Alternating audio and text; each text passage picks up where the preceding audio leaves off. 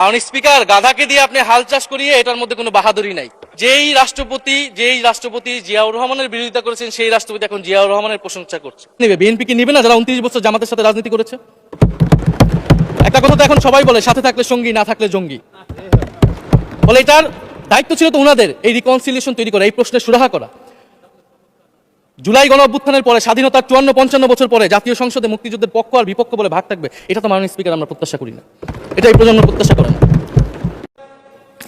মাননীয় স্বরাষ্ট্রমন্ত্রীর দৃষ্টি আকর্ষণ করছে, একটু আইন শৃঙ্খলা নিয়ে কথা বলি। 2 মাসে বিএনপির হাতে খুন হয়েছে 31 জন, ধর্ষণের ঘটনা ঘটেছে 14টি, বিএনপির চাঁদাবাজির খবর এসেছে 83টি, হামলার ঘটনা এসেছে 154টি। এর একটিতে সরকার কার্যকর কোনো ব্যবস্থা গ্রহণ করেনি। স্বরাষ্ট্রমন্ত্রী বলছেন জঙ্গিবাদ নেই, আবার মাননীয় প্রধানমন্ত্রীর উপদেষ্টা বলছেন জঙ্গিবাদ আছে, জঙ্গি আছে। তো ওনাদের বক্তব্যটা পরিষ্কার হলে আমরাও এই বিষয়ে আমাদের অবস্থান বা বক্তব্যটা পরিষ্কার করতে পারবো। তবে একটা জিনিস, যে জঙ্গিবাদের বিরুদ্ধে আমাদের জিরো টলারেন্স মাননীয় স্পিকার। এটা বাংলাদেশের সিকিউরিটি প্রশ্ন এবং এটা সরকার এককভাবে ডিল করতে পারবে না, এটা জাতীয় ঐক্য লাগবে এবং সরকারকে আমরা সর্বাত্মকভাবে সহযোগিতা করবে বিষয়ে। তবে বিগত আমলের মতো এবং ওয়ারেন্ট টেররের প্রজেক্ট হিসেবে যাতে বাংলাদেশে কোনো জঙ্গিবাদের নাটক না হয় মাননীয় স্পিকার, এটাও আমাদের মাথায় রাখতে হবে। যাই হোক, সেই অন্তর্বর্তীকালীন সরকারের মেয়াদ তো একটা অনির্ধারিত না হলেও একটা নির্ধারণ জনগণ করে দিয়েছিল। কেউ কেউ নির্বাচন তখন চায় নাই, কিন্তু নির্বাচন আদায় করে নিতে হয়েছে মাননীয় স্পিকার। এখানে সেটা দেশের ইতিহাস সাক্ষী দেবে। তো সুতরাং ওই 4 দিনের সরকার, 4 দিনের দুনিয়া, তো এখন বলতে গেলে যে ও उम्र दराज मांग के लाए थे 4 दिन, 2 अर्जों में काट गए, 2 इंतजार में, এখন খতম হবে। তো এটা হচ্ছে শের, আমার কথা না। এখন আমি বাস্তবে আসার জন্য বলছি, আমরা একটা গণতান্ত্রিকভাবে নির্বাচিত সরকার, একটা ঐতিহাসিক নির্বাচন হয়েছে। কনস্টিটিউশন, আমি কনস্টিটিউশন করলে আমার উপরে খুব বেশি খেপা হয় সোশ্যাল মিডিয়াতে। আজকাল যা বলে মাননীয় স্পিকার, এটা দেখাও যায় না, শোনাও যায় না। এই বাক স্বাধীনতার নামে যা চলছে, সংস্কারের বাহানায় যদি নির্বাচনটা না হতে দেয়, সেজন্য আমরা সবকিছুতে আপোষ করে জুলাই জাতীয় সনদও স্বাক্ষর করেছি। আমরা একত্রিত হয়েছি, সমঝোতা হয়েছে এবং নির্বাচনের সাথে আমরা অনেক কথা বলি। আসসালামু আলাইকুম দর্শক, নতুন একটি নিউজে আপনাকে স্বাগতম। বাংলাদেশের বর্তমান রাজনৈতিক পরিবেশ ও পরিস্থিতি প্রেক্ষাপটে নতুন একটি নিউজ নিয়ে আমি আপনাদের সামনে উপস্থিত হয়েছি, যার শুরু অংশগুলো দেখে আপনি বুঝতে পেরেছেন আজকের ভিডিওটি কতটুকু গুরুত্বপূর্ণ ও তথ্যবহুল আলোচনা হতে চলেছে। আশা করব ভিডিওটি না টেনে শুরু থেকে শেষ পর্যন্ত দেখার, তাহলে অবশ্যই ভিডিওটির মূল রহস্য ও তথ্য জানতে পারবেন। দর্শক চলুন দেরি না করে ভিডিওটি দেখে আসি। তার আগে বলবো, এখনো যারা আমার এই চ্যানেলটি সাবস্ক্রাইব করেননি তারা সাবস্ক্রাইব করে পাশে থেকে বেল আইকনটি বাজিয়ে রাখবেন, আর যারা ইতিমধ্যে সাবস্ক্রাইব করেছেন তাদেরকে অসংখ্য অসংখ্য ধন্যবাদ। দর্শক ভিডিওটিতে একটি লাইক দিয়ে ভিডিওটির ধারাবাহিক বিস্তারিত আলোচনা দেখে আসি। আমাদের এই মহান সংসদ যেদিন শুরু হয় সেদিন বক্তব্য রাখছিল মহামান্য রাষ্ট্রপতি, উনি উদ্বোধন করছে। সেটা নিয়ে এখনো আলোচনা চলতেছে। ওনাকে ধন্যবাদ জ্ঞাপন করতে হবে। ওনার ভাষণের উপরে সবাই চর্চা করতেছে, আলোচনা করতেছে। কি ভাষণটা দিছে চিন্তা করেন, 2 মাস পরও আলোচনা চলে। আজকে আলোচনার সুযোগ পাইছিল কে? নাহিদ ইসলাম। কি আলোচনা করলো? চরম বেজ্জতি। হ্যাঁ, এই রাষ্ট্রপতিকে অনেকেই মানে, অনেকেই মানে না, কিন্তু নাহিদ ইসলাম যা বলছে সংসদে দাঁড়ায়া, চিন্তা করেন কি বলছে দেখেন। জানেন সবাই, তাও একটু দেখাই। রাষ্ট্রপতি হিসেবে এখনো মেনে নিচ্ছে মাননীয় স্পিকার। প্রেসিডেন্ট শাহাবুদ্দিন চুপ্পু, তার কিছু কুকীর্তির কথা মাননীয় স্পিকার হাউসের সামনে তুলে ধরছি। রাষ্ট্রপতির উপর ধন্যবাদ জ্ঞাপন বক্তব্য। রাষ্ট্রপতির বক্তব্য আমি শুনিও নাই, পড়িও নাই। আসলে কিন্তু ওনারা শুনেও নাই, ছিল না, ওনারা বের হয়ে গেছিল সেদিন, তাই না? এবং বক্তব্য দেওয়ার সুযোগ করে দেওয়াকে আমরা প্রত্যাখ্যান জানিয়েছিলাম। আমরা খুব স্পষ্টভাবে বলেছিলাম যে এই রাষ্ট্রপতি অপসারণ প্রয়োজন, তাকে গ্রেফতার করা প্রয়োজন। সংসদে দাঁড়ায় বলতেছে রাষ্ট্রপতিকে গ্রেফতার করতে হবে। চিন্তা করেন, এই রাষ্ট্রপতির আর কোনো অধিকার নেই বঙ্গভবনে থাকার, এইখানে এসে বক্তব্য দেওয়ার। প্রেসিডেন্ট শাহাবুদ্দিন চুপ্পু, তার কিছু কুকীর্তির কথা মাননীয় স্পিকার কুকীর্তি তুলে ধরছি। তিনি দুদকের কমিশনার ছিলেন। তাকে দুদকের কমিশনারের করা হয়েছিল 3টি অ্যাসাইনমেন্ট দিয়ে। এক নম্বর হচ্ছে খালেদা জিয়া এবং তারেক রহমানের বিরুদ্ধে দুর্নীতির অভিযোগের শাস্তি নিশ্চিত করা। এইটা কিন্তু খুব গুরুত্বপূর্ণ কথা। এই যে বেগম খালেদা জিয়া জেল খাটলো 2.5 কোটি টাকার মামলায়, এটার পিছনে কার হাত? মহামান্য রাষ্ট্রপতি ছুপ্পু সাহেবের হাত। 2 নম্বর পদ্মা সেতুর দুর্নীতির অভিযোগ থেকে আওয়ামী লীগকে ক্লিন শিট দেওয়া। 3 নম্বর ফখরুদ্দিন মঈনুদ্দিন সরকারের সময় শেখ হাসিনা সহ আওয়ামী লীগ নেতাদের বিরুদ্ধে হওয়া দুর্নীতির মামলাগুলোকে বাতিল করে দেওয়া। এমন একজন ব্যক্তিকে বিএনপি সরকার রাষ্ট্রপতি হিসেবে এখনো মেনে নিচ্ছে মাননীয় স্পিকার। আরেকটি ঘটনা বলি, 2009 সালে শেখ হাসিনার ক্যাঙ্গারু আদালতের নির্দেশে এই শাহাবুদ্দিন চুপ্পুর নেতৃত্বে 3 সদস্যের judicial inquiry commission on minority torture in 2001 করেছিল শেখ হাসিনার ক্যাঙ্গারু কোর্ট। এই প্রতিবেদন অনুসারে হ্যাঁ, আরো শুনবেন। বিএনপি নেতাকর্মীকে 2001 সালে ক্ষমতায় এসে কয়েক হাজার হিন্দুকে তারা হত্যা করেছে, এজন্য দায়ী করা হয়েছিল মাননীয় স্পিকার। এমন একজন ব্যক্তিকে বিএনপি সরকার রাষ্ট্রপতি হিসেবে এখনো মেনে নিচ্ছে মাননীয় স্পিকার। অনেক কথা, অনেক কথা, 33 মিনিট একতরফা কথা বইলা গেছে। আসলে আমাদের এই রাষ্ট্রপতিকে অনেকে মানে, অনেকে মানে না। জনগণের মধ্যেও কিন্তু অনেকে মানে, অনেকে মানে না। আচ্ছা, কি কারণে মানবে বলেন? শেখ হাসিনাকে যদি আমরা মাইনা না নিই, উনাকে কেন মাইনা নেব? শেখ হাসিনার অপকর্মের সাথে তো উনি জড়িত ছিল। কথাগুলো তো চরম সত্যি কথা। আর সবচেয়ে বড় কথা কি জানেন? তারেক রহমান সাহেবের মামলা এবং বেগম খালেদা জিয়ার মামলা এই ছুপ্পু সাহেবের হাত দিয়েই হয়েছে। এই ছুপ্পু সাহেবই কিন্তু সম্মতি দিছে জেল খাটার জন্য বেগম খালেদা জিয়াকে। এখন উনাকেই কেন বিএনপি মাইনা নিতেছে? এটা একটা বিরাট বড় প্রশ্ন না? অনেকের মনে প্রশ্ন, বিএনপি এত বড় একটা দল নির্বাচন কইরা সরকার গঠন করলো, ওনাদের মধ্যে কি কেউ নাই রাষ্ট্রপতি হবার যোগ্যতা রাখে? নিশ্চয়ই আছে। তারপরেও কেন ছুপ্পু সাহেবকে রাখা হইল? এর পিছনে কারণ কি? কারণ ভাই, অনেকে অনেক রকম কারণ বানায় নেয়। কেউ কেউ বলে ওইখান থেকে লিখিত দিয়ে দিছে যে ছুপ্পু সাহেবকে সরানো যাবে না। এরকম বানানো কথাও হইতে পারে। কিন্তু প্রশ্ন একটাই, এত বড় দলের মধ্যে কি কেউ রাষ্ট্রপতি নাই? ওনাকেই কেন রাখতে হবে? যেখানে শেখ হাসিনাকে তাড়ানো হইল, কি কারণে তাড়ানো হইল? শেখ হাসিনার বহু অপকর্মের কথা এখন আমি 1 ঘন্টা বলতে পারুম, কিন্তু বইলা লাভ নাই, এগুলো সবাই জানেন। কিন্তু তারই তো রাষ্ট্রপতি এই ছুপ্পু সাহেব। ওনাকে রাইখা শেখ হাসিনাকে বাদ দিলাম, তাহলে কি দাঁড়াইলো? মানুষের মনের মধ্যে একটা বিরাট বড় প্রশ্ন না? এর পিছনে কারণ কি, রহস্য কি? এই রহস্য যতক্ষণ পর্যন্ত মানুষ জানতে না পারবে, মানুষের মধ্যে প্রশ্ন দেখা দিবে, প্রশ্ন কইরেই যাবে। হ্যাঁ, আমি এই যে এখন প্রশ্ন করতে পারি, কারণ কি ভাই বলেন, খুইলা বলেন। আপনাদের মধ্যে কি একজনও মানুষ নাই যে রাষ্ট্রপতি হইতে পারে? ওনাকে রাখতে হবে? দেখতেও তো ভালো লাগে না। হ্যাঁ, নিশ্চয় ভালো লাগে না।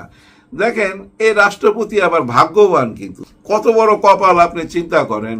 শেখ হাসিনার রাষ্ট্রপতি, আবার ডক্টর ইউনূসের রাষ্ট্রপতি, আজকে আবার তারেক রহমানের রাষ্ট্রপতি। 3টা সরকার পার কইরা দিল। কত বড় ক্ষমতা রাখে, পিছনের খুঁটির জোরটা যে কোথায় এটাই খুঁজে বাইর করতে পারতেছি না। আমাদের সাংবাদিকরাও খুঁজে বাইর করতে পারতেছে না। রহস্যময় মানুষ, রহস্যময়। কিন্তু আজকে যেভাবে সংসদে দাঁড়ায়া ওনাকে যেসব কথা বললো, বিন্দু মাত্র শ্রদ্ধা জানাইছে? নিশ্চয়ই না, তাই না? তারপরেও দেখেন, ওই রাষ্ট্রপতি এখনো আছে, থাকবে, আর কতদিন থাকবে জানি না। তবে আমার মনে হয় মাস 6 তো আরো থাকবে। এর পিছনে একটাই কারণ, যেটা এর আগেও আমি বলছি, এখন আবার রিপিট করি। দেখেন, আগামী যে নির্বাচন হবে 5 বছর পর, আগামীতে যে নির্বাচন হবে সেটা তো হবে একটা তত্ত্বাবধায়ক সরকারের অধীনে। অর্থাৎ বিএনপি তো তখন আর ক্ষমতায় রইল না, বিএনপিকে সইরে আসতে হবে নির্বাচনের জন্য। কিন্তু বিএনপি সইরে আসলো, বিএনপির রাষ্ট্রপতি থেকে যাবে। কিভাবে থাকবে? এই ছুপ্পু সাহেব না, এই ছুপ্পু সাহেব দেখা গেল 6 মাস বা 1 বছর পর পদত্যাগ করছে, তখন বিএনপি থেকে নতুন রাষ্ট্রপতি আসবে। বিএনপি পদত্যাগ করলো, রাষ্ট্রপতি কিন্তু থেকে যাবে তার মেয়াদ পুরা করার জন্য। আর ওই মেয়াদ পুরা করতে যায়া যে তত্ত্বাবধায়ক সরকারটা আসবে, ওই রাষ্ট্রপতির অধীনেই নির্বাচন হবে। মানে বিএনপির রাষ্ট্রপতি থাকবে, ওর অধীনে, এই তত্ত্বাবধায়ক সরকারের অধীনে একটা নির্বাচন হবে। এই অঙ্কেতেই এই রাষ্ট্রপতিকে সরানো হচ্ছে না, 1 বছর পর সরাবে, নতুন রাষ্ট্রপতি দিবে। এটা হলো সোজা অঙ্ক। এর পিছনে আরো অনেক অঙ্ক থাকতে পারে, অথবা পার্শ্ববর্তী দেশ থেকে কোনো প্রেসক্রিপশন থাকতে পারে, যেটা আমাদের মাথায় ঢুকবে না। আমাদের মাথায় না ঢুকলো সাধারণ জনগণের কাছে দেখতে ভালো লাগতেছে না। আপনারা নির্বাচিত হয়ে আসছেন, নতুন সরকার গঠন করছেন, নতুন একজন রাষ্ট্রপতি দেন, তাহলে তো এত কথা হয় না। আজকে যেভাবে সংসদে দাঁড়ায়া উনার কথা বললো যে ওনাকে কেন গ্রেফতার করা হচ্ছে না, উনি তো স্বৈরার শাসকের দোসর, উনি তো আমাদের ব্যাংক ট্যাঙ্ক লুটপাট কইরা ওই এস আলমের হাতে দিছিল। তারপর আর কি কি কথা বললো এটা তো আপনারা শুনছেন। এরকম ভাই শত শত অভিযোগ ওনার বিরুদ্ধে, তারপরে ওনাকে রাখতে হবে। এতে কি বার্তা যাচ্ছে আপনারা নিজেরা একবার চিন্তা কইরা দেখেন। হ্যাঁ, বিএনপি যারা করেন ভাই, আপনারা নিজেরা নিজেদেরকে প্রশ্ন করেন, এটা কি ঠিক হচ্ছে? বলেন, আপনারাই বলেন, এটা কি ঠিক? নিশ্চয়ই ঠিক না। আজকে কিন্তু সংসদের হিরো ছিল নাহিদ ইসলাম, অনেক রকম প্রশ্ন সামনে নিয়ে আসছে। সাংবাদিকরা এই যে মাইর খাইছে থানার ভিতরে, ওই মামলাটা কেন নেওয়া হচ্ছে না, সাংবাদিকরা কেন বিচার পাচ্ছে না, এই প্রশ্ন উনি করছে। তারপরে কাগজে লেখা নিয়ে আসছে গত 2 মাসে 31 জন খুন হয়েছে, 31 জন, 14টা ধর্ষণ মামলা হয়েছে, 184টার মতো হামলা হয়েছে, আরো অনেক কাহিনী সামনে তুলে ধরছে। কিন্তু কে জবাব দিবে? কেউ জবাব দিবার নাই। সবাই ভাই খালি শুইনা যায় আর হাততালি দেয়, থাপড়ায়, টেবিল থাপড়ায়। এই সংসদ যে এরকম আগে বুঝি নাই। অতীতের সংসদের দিকে এতটা মনোযোগ তো দেই নাই, দেওয়া দরকারও ছিল না, কারণ ওই টাইমে এইসব নিয়ে কথা বলতে গেলে তো ভাই গায়েব হয়ে যেতাম। এখন ওই গায়েব হওয়ার ভয়টা নাই। এই সরকার এখনো ওই পথে যায় নাই, গত সরকার যে পথে ছিল ওই পথে যায় নাই। তবে আজকে স্বরাষ্ট্রমন্ত্রী উনি কিন্তু ইউটিউবারদের নিয়ে কথা বলছে। হ্যাঁ, দেশি এবং বিদেশি ইউটিউবার। বিদেশ বলতে তো বুঝছেন কাদেরকে ইঙ্গিত করছে। বলছে বহুত বেশি স্বাধীনতা ভোগ করতেছে ইউটিউবাররা। ভাই এটা কথা সত্যি ভাই, আমরা অনেক স্বাধীনতা ভোগ করতেছি, কিন্তু আপনি কেন এই কথা বললেন? মুখ কি বন্ধ করে দিবেন? অতীতে যা হয়েছে তাই কি আবার করবেন? নিশ্চয়ই না। ওরকম পথে যায়েন না। কথা বলার সুযোগ সুবিধা দেন আমাদেরকে, আমরা কথা বলি, শুনেন না, অসুবিধা কি? সবাই প্রশংসা করতে হবে কেন?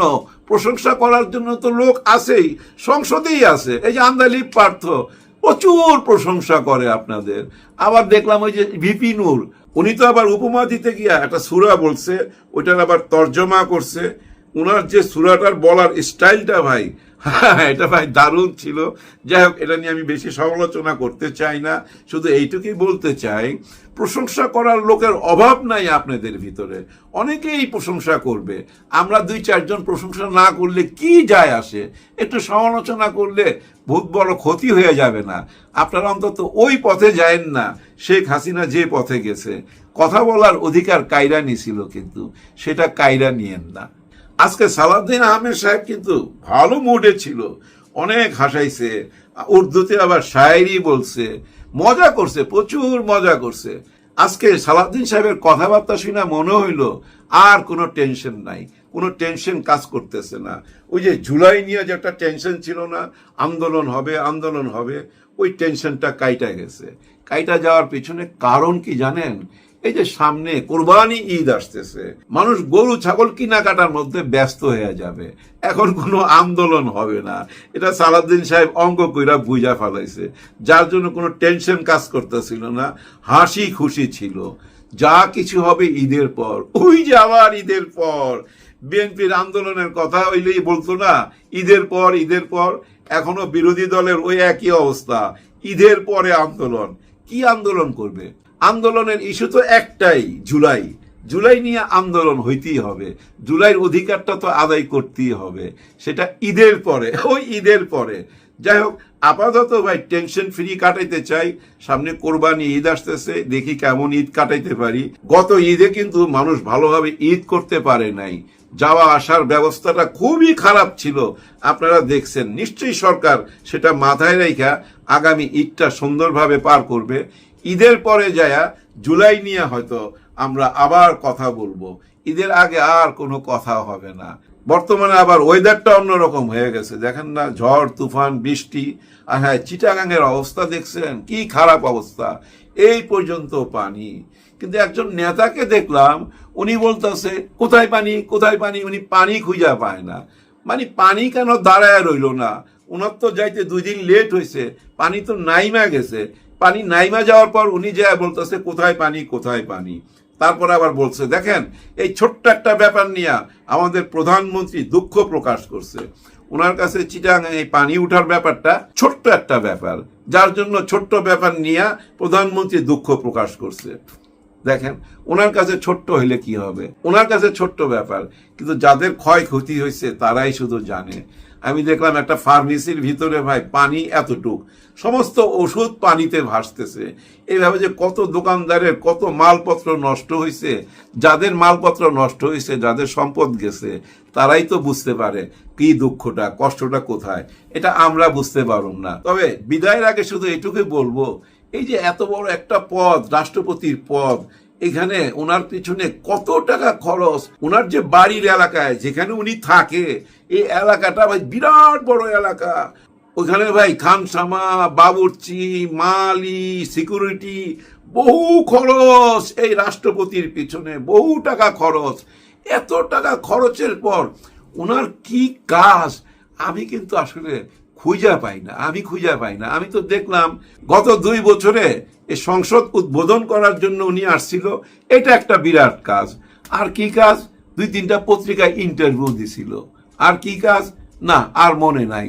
আপনাদের যদি মনে থাকে একটু লেখা জানেন আসলে ওনার কি কাজ। এটা আমার অজ্ঞতা, আমি জানি না। আপনারা একটু আমার লেখা জানেন। বেশি কথা বলুন না, শরীরটাও ভালো না। হ্যাঁ ভাই, জ্বর সর্দি, তারপরও কথা বলতে আসছি এই জন্য যে আজকে সংসদে মহামান্য রাষ্ট্রপতিকে যেভাবে আমাদের নাহিদ ইসলাম ধোলাই করলো, আমার সত্যি লজ্জা লাগতেছিল। রাষ্ট্রপতি নিশ্চয়ই এগুলা দেখতেছে, দেখার পর নিশ্চয়ই উনি লজ্জা পাইতেছে। এমনও তো হইতে পারে রাগ কইরা উনি পদত্যাগ কইরা ফেললো, হইতে পারে না ভাই? রাগ কইরা পদত্যাগ করলো যে না ভাই আমি থাকুম না, আমার আপনারা সংসদে বৈশা বেজ্জতি করেন। বাইরে যে যাই কিছু বলুক না কেন, সংসদে যদি এভাবে কথা বলে, হ্যাঁ, ওনাকে হ্যান্ডকাপ পরাইতে বলছে তো, উনি অপরাধী, উনি শেখ হাসিনার অপরাধের সঙ্গে জড়িত ছিল। শেখ হাসিনা যতগুলো অপরাধ করছে সবগুলোর সাথেই তো উনি জড়িত। এভাবে কথা বলছে নাহিদ ইসলাম, ওনাকে গ্রেফতার করার দাবি জানাইছে। চিন্তা করেন কত লজ্জার ব্যাপার না? যার জন্য আমার মনে হয় এই যে সংসদে যত তুচ্ছ তাচ্ছিল্য করতেছেন বিরোধী দলকে, অনেকে হাসি ঠাট্টা করতেছেন, আর রাজাকার ট্যাগ তো আছে, এটা দিয়েই যাচ্ছেন, আরো দিয়া যান, যত রকম তুচ্ছ তাচ্ছিল্য করেন, কোনো অসুবিধা নাই। এই দেশটাকে সত্যি সত্যি যদি আপনারা গইরা তুলতে চান, তাহলে বিরোধী দল এবং সরকারি দল এক জায়গায় আসেন। জুলাইর সাথে তো ভাই সরকারও জড়িত ছিল, সরকারি দল মানে বিএনপি জড়িত ছিল, বাংলাদেশের সবাই জড়িত ছিল, জামাতও জড়িত ছিল, এনসিপি জড়িত ছিল, আপনারা সবাই তো জড়িত ছিলেন। কিন্তু আপনারা এখন এটা থেকে আলাদা হয়ে যেতে চাইতেছেন, আপনারা জুলাই মাইনা নিতে চাইতেছেন না। এই মাইনা না নেওয়াটা কাল হয়ে দাঁড়াবে।